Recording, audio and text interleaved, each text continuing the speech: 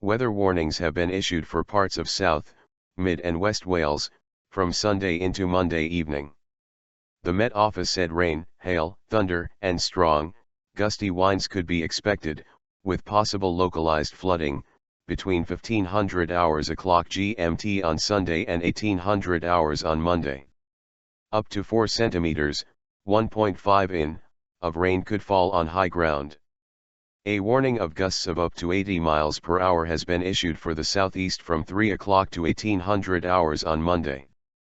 Sunday's warning covers Pembrokeshire, Carmarthenshire, Swansea, Bridgend, Ceredigion, Neath, Port Talbot, Vale of Glamorgan, Powys, Rhondda, Cynon, Taff, Cardiff, Merthyr, Tydfil, Blaenau, Gwent, Caerphilly, Newport, and Torfaen.